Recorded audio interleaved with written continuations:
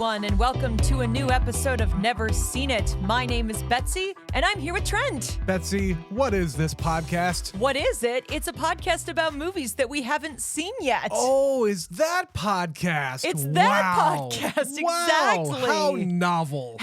No one has ever thought of this concept before. No one's ever done a podcast about movies. Until now, Trent. Until now. us. Today is the first day of podcasting about movies. It's the first day of the rest of your podcasts. Oh, no.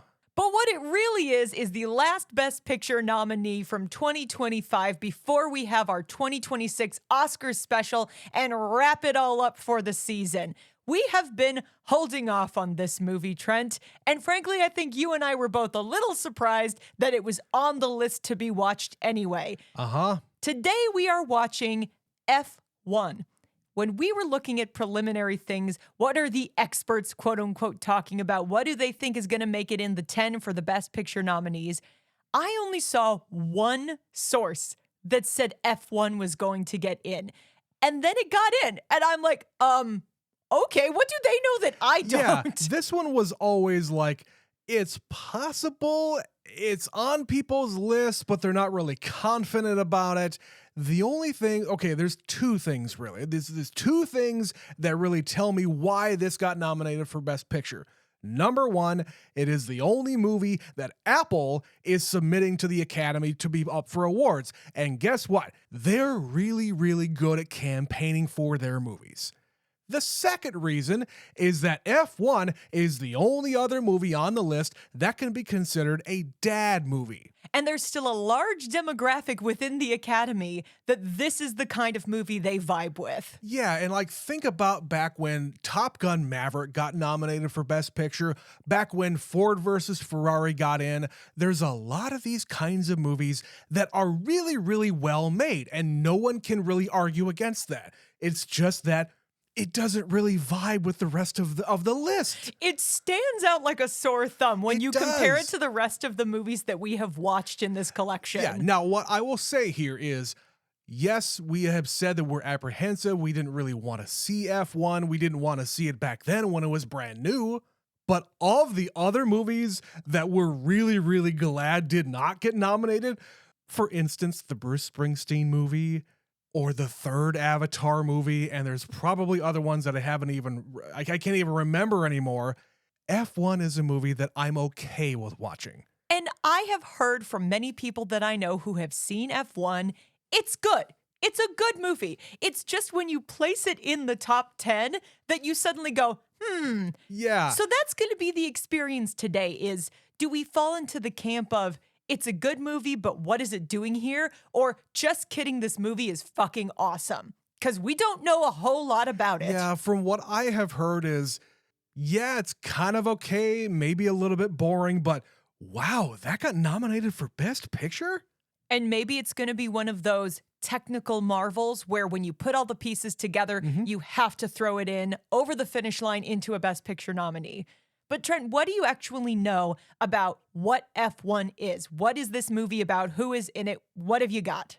As far as what I know, the movie F1 is actually called F1, the movie, because, I don't know, you have to have a tagline. You can't just have a letter and a number and that's your movie title. We learned that back with F9, back when we were doing our Fast and Furious series. Unrelated series. I mean, is it though? I will find out, I suppose. But the actual story here, my understanding is that Brad Pitt is an aged race car driver in Formula One.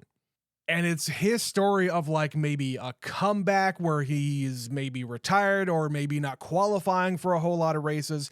And I'm just going to say before I continue, Betsy and I are not race fans. We are certainly not F1 fans. No, I can at least fake it till I make it with the rules of NASCAR. But Yeah. F1, no idea. It is just not a big thing in America. Well, it is. It's starting to be a lot bigger, but it hasn't really reached us. And I know people that I follow on the internet, they have their own fucking podcast about F1. Where they are obsessed with not only the racing and the cars and everything having to do with the actual, driving, but also with the drama that happens between the racers and the teams. And it's the same kind of shit that happens in NASCAR. But I don't know, it just seems more personal, and I think that's what the movie is really gonna be focusing on. It is the personal, like, competition between Brad Pitt, the main old guy, and, like, the hot up-and-coming guy who get put on the same team. Classic dad movie material. Yeah, so I think the only other person that I know is in the movie is Javier Bardem, and if I remember right, he's, like, the team leader who is the go-between between all the different drivers and whatnot, and he's just kind of the one propelling the story along, maybe. I really don't know. You do know one more person. As I mentioned last week, Carrie Condon is in this movie too. That's right, you did say that. I have no idea what she's doing in this movie, but okay, there's gotta be a lady somewhere in the movie. There's got to be someone to break up all the testosterone. I guess. But really, Betsy, beyond that, I really know nothing else about the movie. Apple produced it, put it out on their platform. Brad Pitt is, I don't know, being Brad Pitt in the movie. He's kind of doing the same thing he's been doing in a lot of these Apple movies. And I mean, I'm hoping that I can get something out of it because I said in the last episode that I'm really not looking forward to watching the movie, not only because of the content therein, but it's also a really long fucking movie. Well, hopefully it's the one that actually ends up surprising us. So we're going to go and watch F1, and then we will be right back.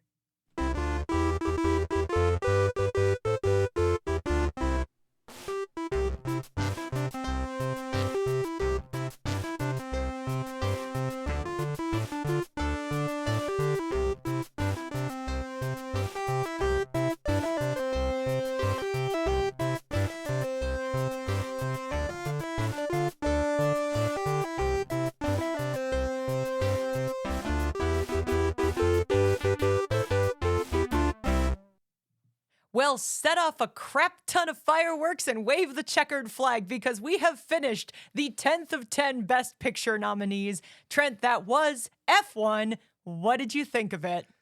Betsy, before I say that, is that what the kids call cringe? Because Probably. I was cringing. You were at that. revolted by everything just coming out of my mouth. Yeah. You know what? You don't appreciate my humor, and that's Sometimes fine. That's fine. Maybe I'm just in a mood today, but okay, F1, I didn't hate the movie, okay? But it does earn the reputation of being the dad movie of the year because, Betsy, what did we get a few different times in the movie? It is old man Brad Pitt looking at a photo of him when he's a child going fishing with his dead father. The two lead males also have in common that their fathers died when they were 13. Yeah. We're working through our issues, one race at a time. I know, and I'm never gonna love a movie like this. The closest I've ever been is a movie like Ford versus Ferrari. And we will talk at length about that movie in just a little while, I'm sure.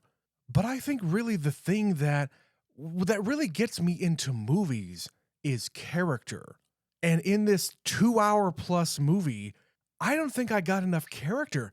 Now, the races themselves were exhilarating. I had a great time watching the races, but I just didn't care about any of these characters. I didn't get enough of a backstory about everybody. Between Brad Pitt and the kid, I didn't know who I was rooting for, or even if I was rooting for anybody. So overall, it is a very well-made movie. I just didn't care about it. Yeah, I think this movie is fine. It's fine. You might even say it's a good movie. But when you are putting it to the standard of this is one of the 10 best pictures of the year, suddenly you have to raise that bar when you're watching this movie and go, okay, why do we say that? Why is that? And it does seem to be the case of some of its parts, where the things it got nominated for, sound, editing, visual effects, and best picture. Yeah. Sound editing and visual effects. This is basically taking the spot that Avatar would have taken. It was probably a coin flip between, is it going to be the technical movie or the dad movie that has some technical things to it? And we don't really have another technical, like tech fest movie of any of these other 9 movies. So usually you get one of these. Or you get something like Nickel Boys was last year, where the novel thing about that was the perspective. The movie was presented in a first-person perspective, which really interested a lot of people because, again, it was very novel. You'd never really seen a movie like that before. And hey, the story is good too. So as you say, it is a sum of its parts movie. You can kind of discount the story with this. It's more about the spectacle and the fact that F1 is very, very popular and the F1-ness of it is very well done. There are people who are clearly famous in the world of F1. Anytime Yeah. they draw attention, like they're walking through the crowds and some guy says, hey, if you ever want to change teams, I guarantee that is a very famous Yeah. person in the world of F1. I don't know who that is. Sure. I have and no idea. When they're outside of the venues, they're taking pictures with a whole bunch of, kind of handsome men. Or the You people think coming that through the maybe- gate. Yeah, maybe you think that those guys are drivers or the people on the podiums are drivers. I don't know. I don't care. I'm talking assume about they the are. movie here. Yeah. Yeah. But it's a world that is unfamiliar to us, and the way the movie is presented, it's a little predictable. I think you and I would maybe agree that where everybody is saying Hamnet is the big Oscar baity movie this year, I do not understand that argument because that's bullshit. I would argue F1 is the Oscar bait movie of this season, Trent. I don't know if I can get all the way there with you, but I will say I agree with you in that one point. There is nothing surprising about F1 at all. Not in the execution, not in the acting, not in the story, not in the tech. Nothing surprises me about this because, Betsy, I have seen this movie before. Which is why I'm saying this is the more Oscar baity movie because it's structure. You know what is going to happen. We set up, they don't like each other. And then they have to have a scene where they have like a therapy session with each other. I guess, And then yeah. there's like a big accident and they both have to overcome some obstacles. And then they realize, you're all right, sir. And one of them goes Yeah. off into the sunset. Yeah, there's also a token romance that doesn't need to be in here. Doesn't need to be in here. Yeah. You know what movie this is, Trent? It's fucking Top Gun Maverick. It is. This and movie guess is what, Top Gun Betsy? Maverick. Guess what, Betsy? The same guy who directed this one directed Top Gun Maverick. I think we have another James Mangold on our hands here because he just seems to be running this formula over and over again like James Mangold has done for the past 2 decades. Now, does that mean that any of these movies are bad?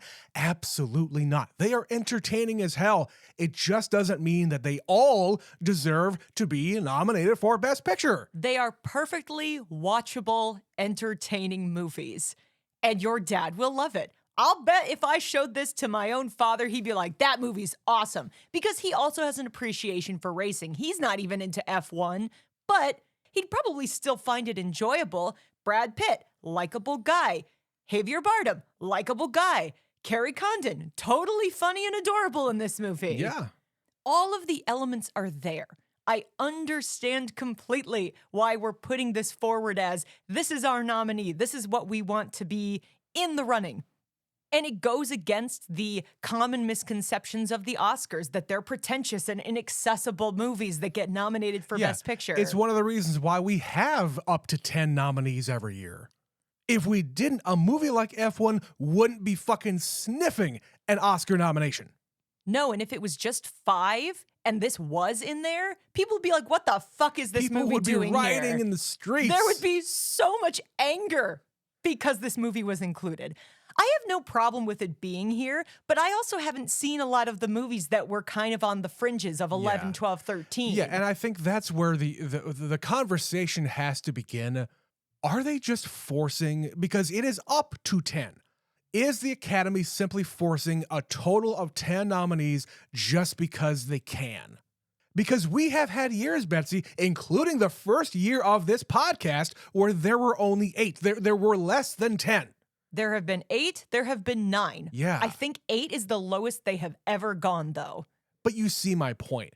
Do you think that they're just forcing it in because, hey, Apple opened up the pocketbook in order to pay for all of the promotion that they do? Yes and no. I think because they've changed the rules of voting, they've got that whole element of preferential voting.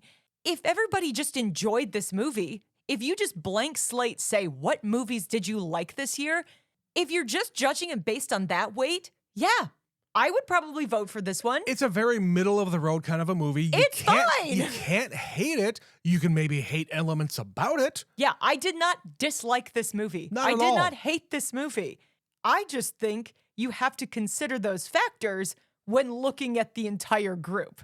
But as I said, by that standard, if you are simply asked, did you like this movie? You're probably going to say yes. But And if Betsy, enough people say yes, it can squeak in there. How many other movies, though, came out in 2025 that those same Oscar voters could see and say, I liked that movie?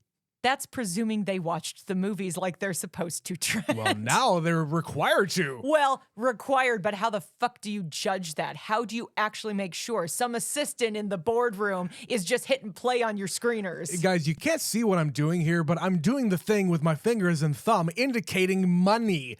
If you're throwing it to all of these different Oscar voters, giving them the codes to download the movie or putting it onto whatever screener platform they have out there and really hammering the point, hey guys, we really want a nomination for all of these things. It goes back to what we have talked about time and time again. The way Oscar voters are courted for their vote is disgusting, okay? That's not to say that any of the movies that get the nominations get it through bad means. I'm just saying when we get to this level, it's really hard to not think about those aspects of it. It does feel like you got here by mistake.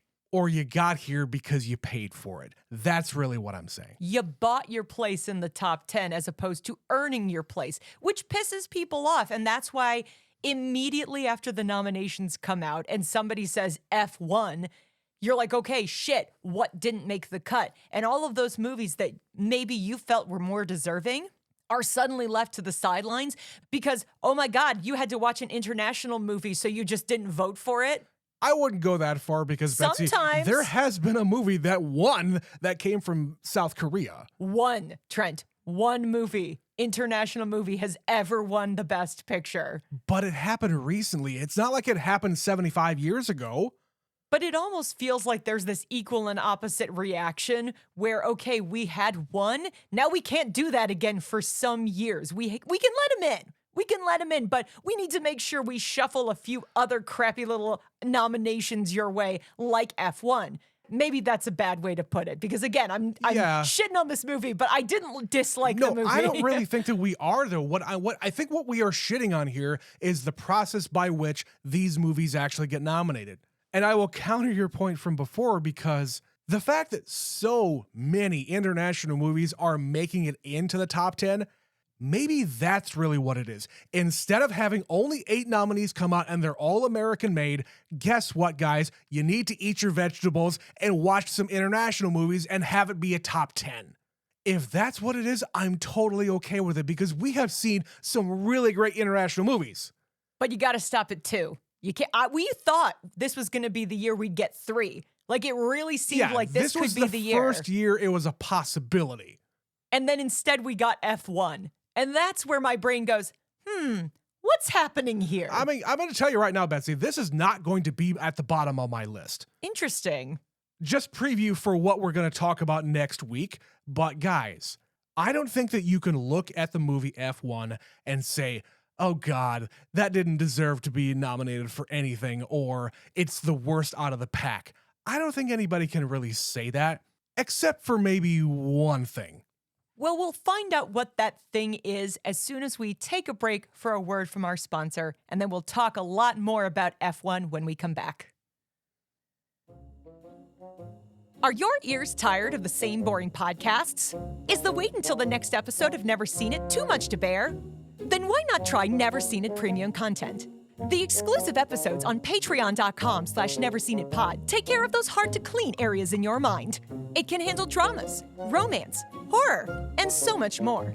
Use Never Seen It premium content during dental work, while skydiving, or even in your car. It's even gluten-free. So what are you waiting for? Try patreon.com/neverseenitpod today. Okay, so far we've talked around F1, but let's go ahead and start talking about F1. Trent, what is the one thing that you really need to bring up here? Brad Pitt. I think Brad Pitt has really lost a step. Not only in just his believability as being a character, but even just his delivery. That's the one thing that I'm really missing here, because I've seen plenty of Brad Pitt movies. I don't see it. I don't hear it. I don't believe him. It feels a little hollow. I will actually give you that. I don't think he's giving the worst performance of his career, but I did feel a little bit like I am here because I have a contract with Apple to make X number of movies, so I'm making the movie. And that's about all I'm gonna give it. It wasn't every moment of the movie. I think there are times we got the charming Brad Pitt. You could see something behind his eyes, like I'm getting emotional. But Betsy, we I didn't push it. don't need to have a charming Brad Pitt in every single Brad Pitt movie. But that's what you're paying for with this kind of a movie. He doesn't have room to grow. He doesn't have room as a character to do much of anything. You said your big complaint, you kind of didn't care about the characters. Yeah. They took so long to actually explore anything about why he is the way he is. The rest of the time, he just seems to be here. Like, why are you doing this? They don't really answer the question. No. It's not about the money. Well, what's it about then? They leave that open-ended. Cut your credits. Well, they do it at the beginning of the movie. They do it at the middle of the movie. They do it at the end of the movie. Yeah, when you finally have an opportunity here to just have him say one fucking word about it, he smiles with his toothy smile and then cut to credits. Okay, let me pose this question for you. Because this movie does feel very structural, we were sitting here going, so this is going to happen next. So this is going to happen next. We were kind of calling the shots. With very rare exception, there were a couple moments that they went left when I figured they'd go right. The resulting moment is still kind of the same. It's just not what I thought they would do. There's a point at the end of the movie where they reveal he has this horrible accident in the 90s, and he's been out of F1 for almost 30 years. He gets in another accident, and we see his chart. The results of that accident 30 years ago basically said he should not be racing anymore because it could result in permanent damage. He could die. He could lose his sight. If he gets in a horrific accident again, he's fucked. And at the very end of the movie, they are showing that he's having a hard time getting back into this car. He's getting the dizzies. But then we make it through the end of the movie, and that's it. He just keeps racing. Would you have found his character more interesting, or maybe the movie more interesting, if he had died at the end of the movie? If he had just laid down in his little room and didn't wake up again? Like, he wins the big race, he's the hero of the movie, and then he dies. Would that have changed your opinion about his character? No, I think that would have been just lazy storytelling. You would have made that was the case. You would have made it even worse by doing yes, that? Absolutely. Because if after the big race where he wins, he just goes back to his room and he just lies on the table and dies, or gets back into his ice bath and dies, it would betray his character because it's never really been about winning. It's about racing. I think if anything would have been interesting, or at least more interesting than what we were presented with, is if after he gets into that big crash and he ends up in the hospital, if he literally cannot race anymore. What does that character go through if he physically can no longer race? And maybe that's where it would have gone too, like Oscar Beatty, if there's this dramatic moment at the end of the movie like that. Or if the kid was killed in the big fire explosion. Yeah, that would have felt like you need the motivation to keep going, so we have to kill somebody. Yeah. That would have been bad. So I'm glad they resisted those urges. But it's the fact that I kept kind of thinking that's where this movie was going to end up. Yeah. But then it was nothing. He's dizzy. He finishes the race. He fucking wins the race. Yeah. And then he pisses off and races somewhere else on a very small time circuit. Yeah, he's just this journeyman driver that I think is an interesting story, but that's not what this is. That's not what this character is. And it just goes back to the fact that the production of this movie, the writing of this movie, getting the movie funded and made in the first place was kind of a mess. Based on the stuff that I read in the IMDb trivia, the initial thought of this movie actually ended up being Ford versus Ferrari. So they actually had the idea for this movie first? Or at least the genesis of what they started to build. Well, it didn't work out, so they took that genesis and fleshed it out at a different studio with a different director, with different stars, and that movie became Ford versus Ferrari, which is why the bones of that movie seem present in this movie to a point. I definitely was getting the Ford versus Ferrari vibes. You've got this guy who is kind of an egomaniacal asshole driver who just but he's cares. really good. He's very good. You have to respect his talent, but he's difficult to work with. When Brad Pitt shows up on the scene, everyone's like, he's an asshole. He's an asshole. Guess what they say about Christian Bale in that movie? Of course. And when there's a guy who's going to approach Brad Pitt at the beginning of that movie, he's grabbing a wrench to hit him with because he's being threatened by the other guy. And what does Christian Bale do in that movie? He fucking throws a wrench at somebody. So I could not help but keep thinking about that movie. And I really like Ford versus Ferrari. Do not get me wrong.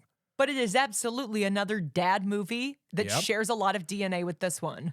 I think maybe the thing that separates that movie and this movie is that Ford versus Ferrari is based on real events and real people.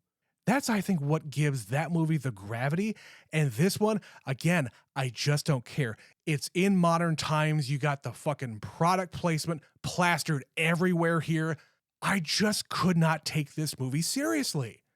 And where Ford versus Ferrari is based on a real story, this one is inspired by real stories. So there's things in F1 that really happened that they portray, that they kind of recreate in the races. Yeah, a number of the crashes and a number of the storylines that come out of this movie are based on real events that happened in F1, which is why people like us can't really appreciate, and I'm going to be fully honest about this, I don't think people like us can really appreciate what this movie is trying to do because there are some real events that happen within it.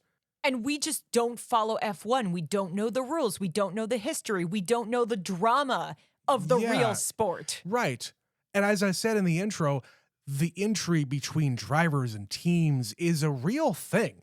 There are super fans out there for these drivers and these teams and whatnot, much like they have in NASCAR, because again, it's a personality-driven thing, which I guess that's a great pivot point to really talk about the kid in the movie, because he's the one who's the rookie. He's attractive. He's got all the social media clout.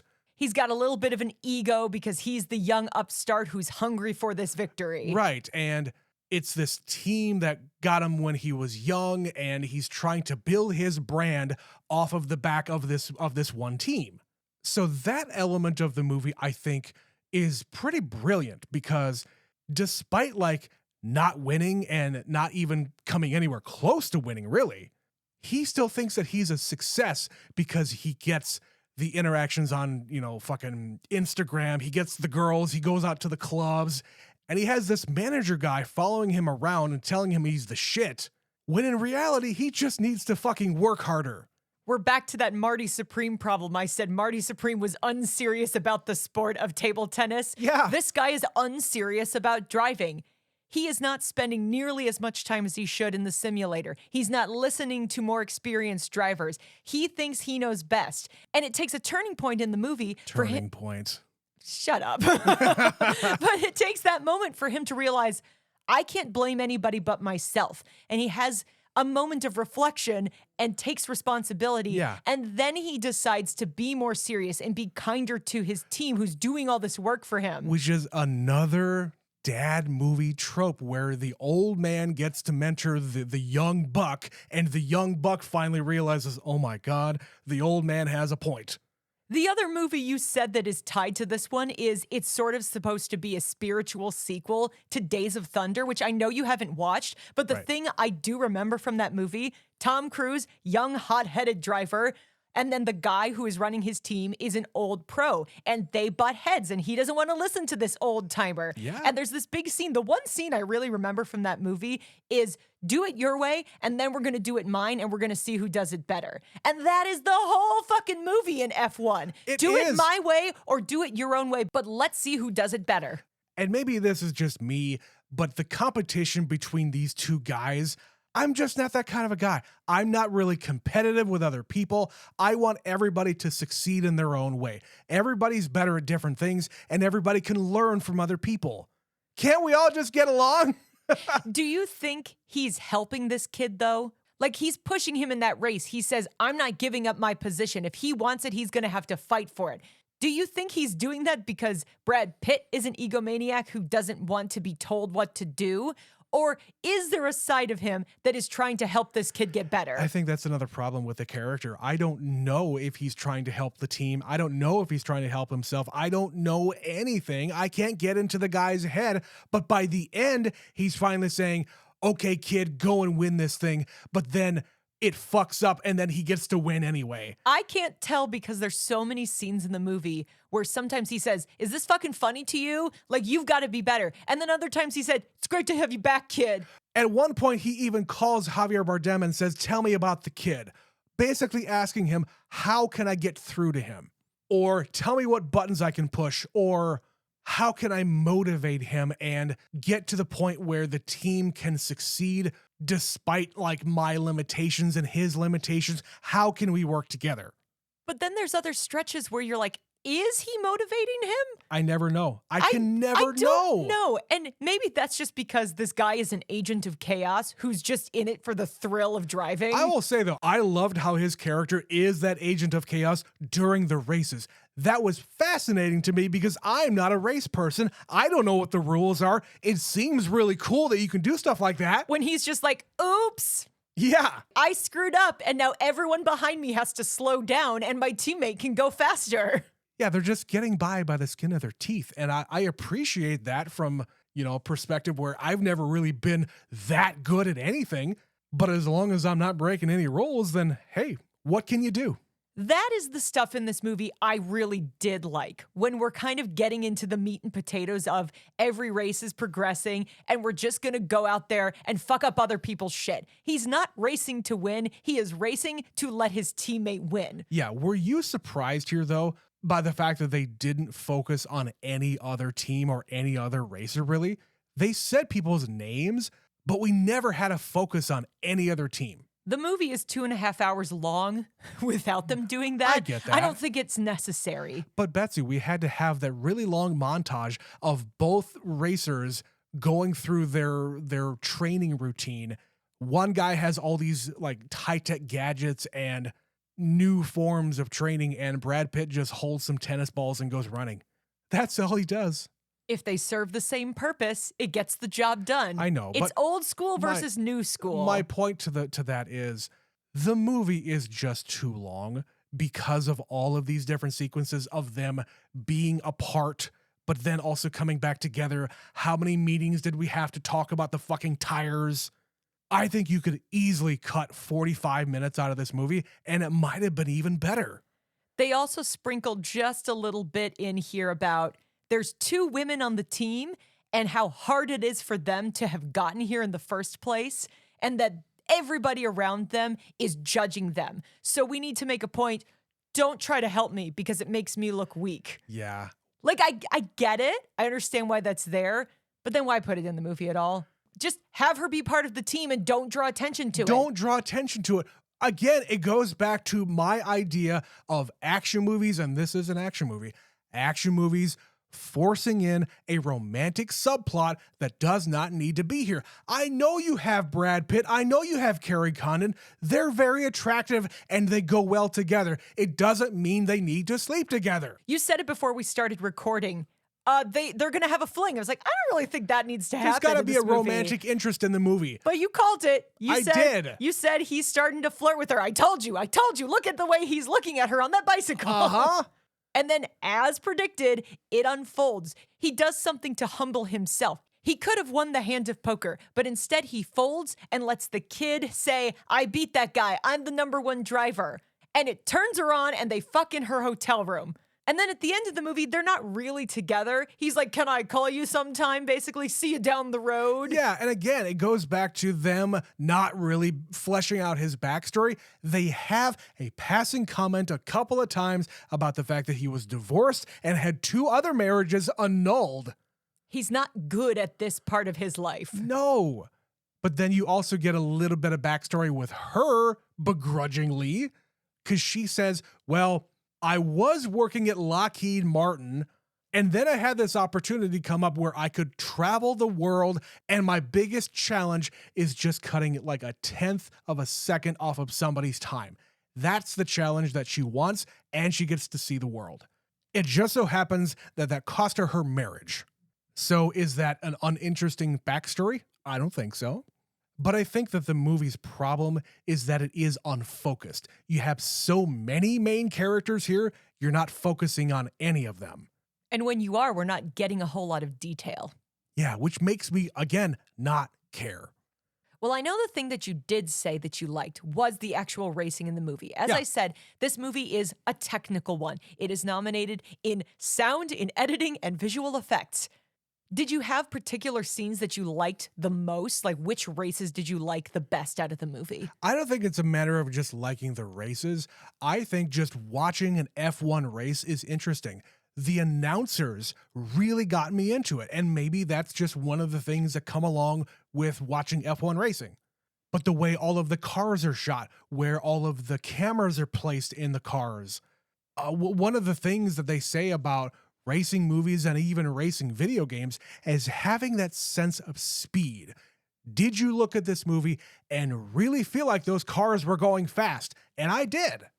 But there is one thing that bothered me, and maybe this is just me. It's when we're in the cockpit and the driver's hands are on the wheel, and as the hands go up, they're like making a turn.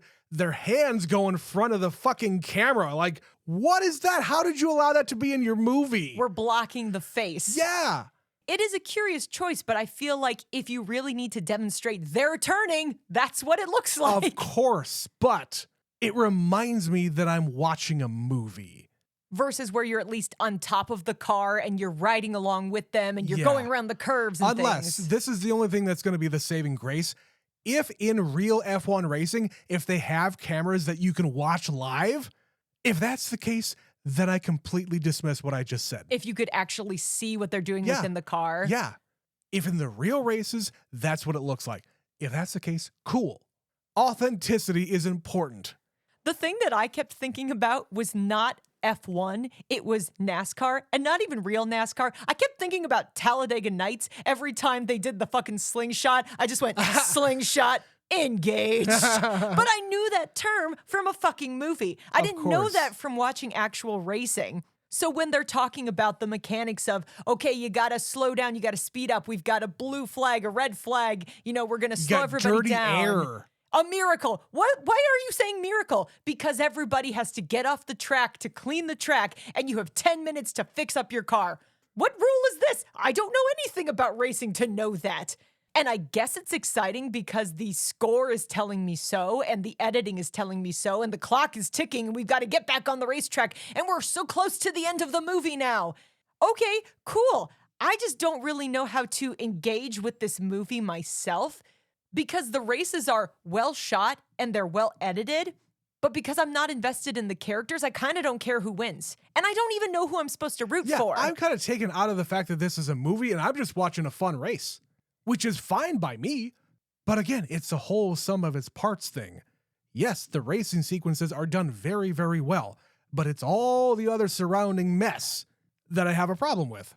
There was a moment where I thought the movie was going to turn and save itself for me, and it was when the kid crashed. When they're in the rain and Sonny is saying, stay behind, don't move until you get to this turn. Yeah, and the kid patient. says, I have an opening, I'm going to take it. And he goes flying through the fucking air and his car bursts into flames. That is a seriously dramatic moment in this movie. It is. And I thought, oh my God, I can't believe that just happened. And it's really scary and it's really intense. And you think, oh my God, we can save this movie. We're going to change the dynamic completely and I'm going to be on board. And then it was just, nope, we're just going to flip the switch now. We're going to do it from his perspective and the other guy is behind. It's just like, okay. You had just a moment where I almost thought I was going to go along for the ride. Cared. I almost cared. Betsy, I have one final thing here to contribute to this conversation. And it's maybe the reason why the movie doesn't really work all that well for me. This is the part that's missing. Brad Pitt didn't eat. What do you mean Brad Pitt didn't eat? Brad Pitt did not eat food while the making of this movie. You mean on camera? Yes. Because Brad he's a guy. Pitt usually eats on camera in every fucking movie he makes. Here's the reason I think that is. He does that because he needs something to do with his hands. He is one of these actors, and I've heard him talk about this before. When you don't know what to do with your hands, you need to find something to do with your hands. That is a very difficult rule that actors have to figure out. And it just happens that his thing is eating. In a movie about racing, though, his hands are gripping a wheel. And when it's not that, he's usually holding tennis balls to strengthen his hands. Or playing cards in this case, which they never fucking explain what the backstory of that is. They don't fully explain it, no. But it's like a very specific visual cue. Like that is the same deck of playing cards. He always apparently picks one and puts it in his pocket but doesn't look at it. It's a gambling thing, I guess. But again, they don't spell it out. But yeah, you kind of don't have any opportunities for him to eat. Nobody fucking eats in this movie. They drink. I don't recall seeing anybody eat except maybe the kid when he's at his mom's house. Yeah, I suppose you're right. Maybe, again, it's a really strange thing for me to even think about, but I've seen enough movies with Brad Pitt to know that he usually eats in all of his movies. It's his signature move, Trent. It is. Well, I'll tell you one thing that bothered me. At the beginning, when he shows up to the track and they say, this is the guy, he's here for the audition, he's number 6, no 7, no 8, actually he's number 9 or whatever. I know what you're going to say. The editing is so fucking frantic where they are cutting back and forth that I was like, oh dear God, is this the kind of editing I have to look forward to? Yeah, there's like 4 different shots here with different groupings of people and everybody's talking about a different number and it keeps cutting quickly back and forth, back and forth. I just needed them to linger for about half a second longer on every single one of those cuts and I would have been fine. But because you barely get in on it and then you change, it was really too much for me. And they never do it again. And when I'm going into this movie knowing specifically that this movie is up for editing, I'm like, what the fuck is this? Yeah. Thank God they didn't do it again or I would have completely lost my shit. Yeah, and that's the kind of sequence where we have noticed it in other movies that we've covered before, and anytime we see it, we have to point it out, because it just bothers us. Speaking of pointing something out, this is going to be the last thing I talk about that really has nothing to do with the movie. I just think it's funny. The movie opens with him doing a race, and Shea Wiggum is there, and I immediately was like, that guy was in the Fast and Furious movies, which is really funny considering the number of jokes we've made about F1, F9, etc. I don't know. I just thought it was ridiculous. Connection! Trent, do you have any other thoughts about F1 before we wrap this episode up? Not about the movie, but I highly recommend that you go to YouTube and look up Carrie Condon's Criterion Closet video. It was delightful. Yeah, we watched that one last week. She's so Irish. She's so fun. She's having a great time. She has absolute ADD, grabbing movies left and right. It's worth watching. It's very entertaining. And we hope you've been entertained by hearing us talk about all 10 of these Best Picture nominees. We've reached the finish line, Trent. And next week... How many other racing puns can we say? I'm not doing it on purpose. And of course, next week, we're going to be doing our 6th annual Oscar special where we're going to be covering all 10 of these, recapping the movies, ranking the movies, which if you've been listening, you know I hate doing, but it's going to happen. So we would love to know what you think. How do you rank F1?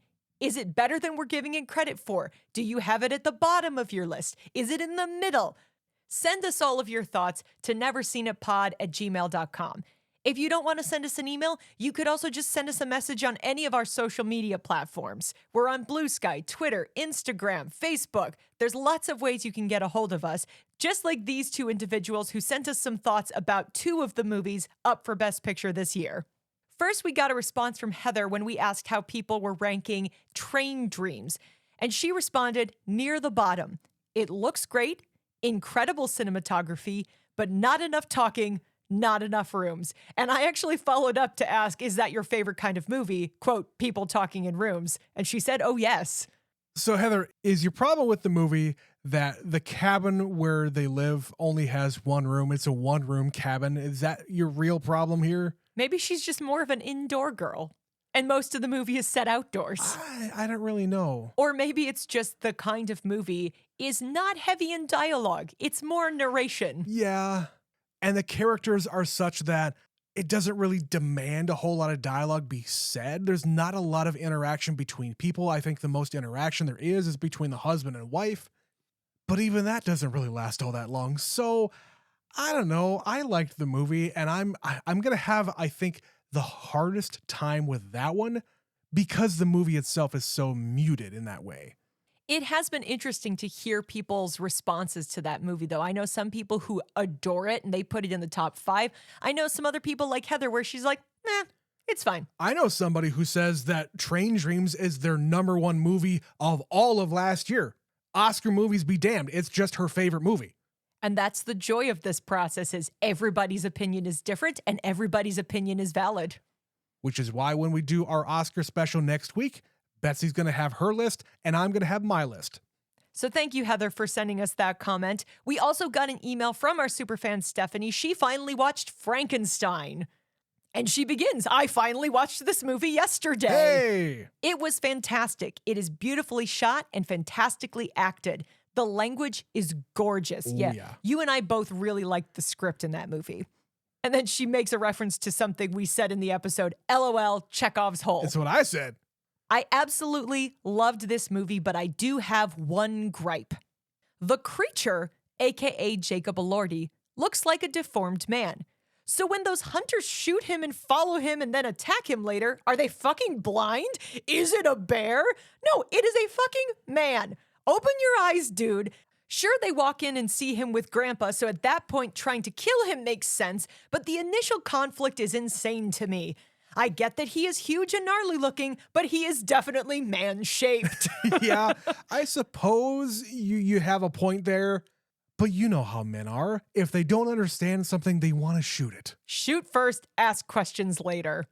She finishes the email. That being said, the script is so good. I love the blind man and full-on cried during that scene.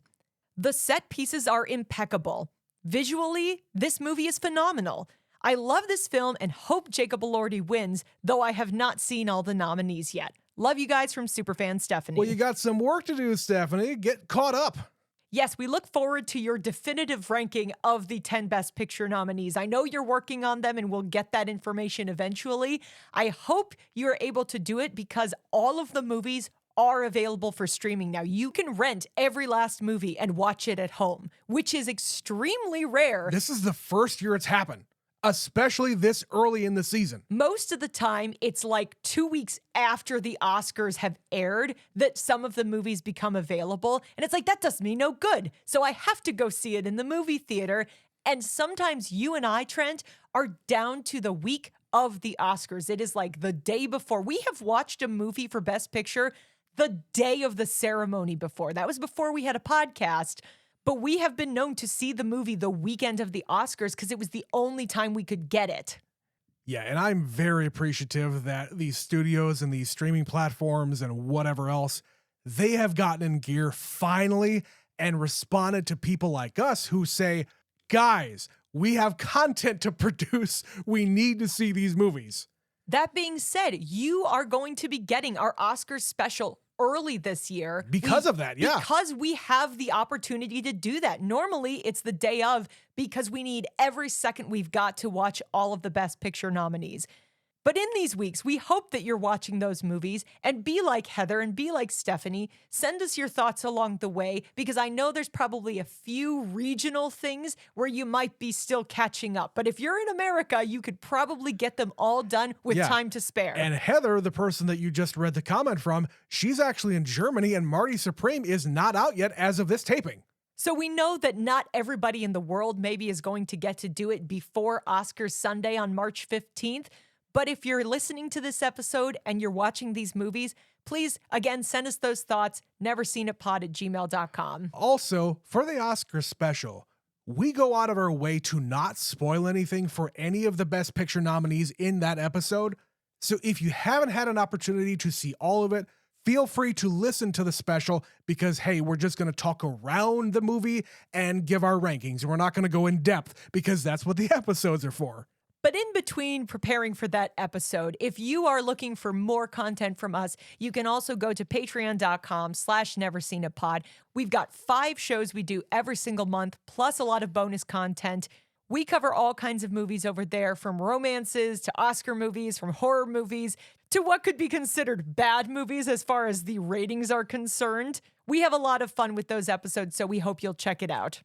And that's it, Trent. That is F1. We have now watched all 10 Best Picture nominated movies for 2025. It seems really weird that we're done this early. It happens so rarely, especially since we've had the podcast. We are down to the wire every single year. But as I said, because of that, you all get to get the Oscars special early. So next week, we are going to be doing our 6th annual Oscar special. As Trent said, we're going to keep it spoiler-free. We're going to talk about all 10 Best Picture nominees. We're going to give each of our personal rankings. I will not know until we start that episode where Trent has put things. And same goes for him. He's not going to know how I ranked things. And frankly, at the time of this recording, because we just finished this one, I don't know how I'm going to rank I have things. no idea. I have to re-listen to all of the different episodes that we've already done. And of course, we'll talk about it in the special. But the one rule is we can't re-watch any of the movies. If we weren't doing this special early, I would really wish that this is the year we could do it because we have the time to actually watch every movie again. But because we don't have the time now, we don't have the time. We forced it on ourselves. Plus, we might be nominating some of these movies for our end of the year special, True. which also has the rule about not rewatching movies. We're going to stick with our own self-imposed rule. We are not rewatching the movies. Yes. All we're going to be doing is revisiting our episodes for each of these 10 movies and coming up with our own personal rankings for Best Picture for 2025. But until next week for the 6th annual Never Seen It Oscars special, we thank you for listening. My name is Betsy. And my name is Trent. We'll see you then. See ya.